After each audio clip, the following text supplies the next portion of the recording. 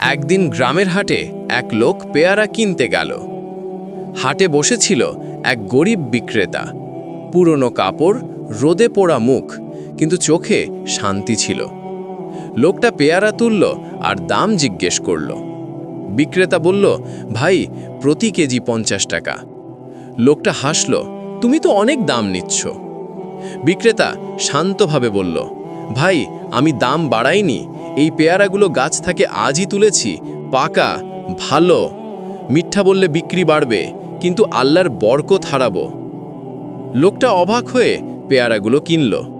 বাড়ি গিয়ে দেখল সব পেয়ারাই একদম তাজা, মিষ্টি, আর একটাও পচা না। পরের দিন সে আবার হাটে এসে বলল, ভাই, আজ থেকে আমি শুধু তোমার কাছ থেকেই পেয়ারা কিনব। তুমি শুধু পেয়ারা বিক্রি করো না, তুমি বিশ্বাস বিক্রি করো। বিক্রেতা হেসে বলল, ভাই, আমি শুধু চেষ্টা করি যেন আমার রুজিতে আল্লাহর বরকত থাকে।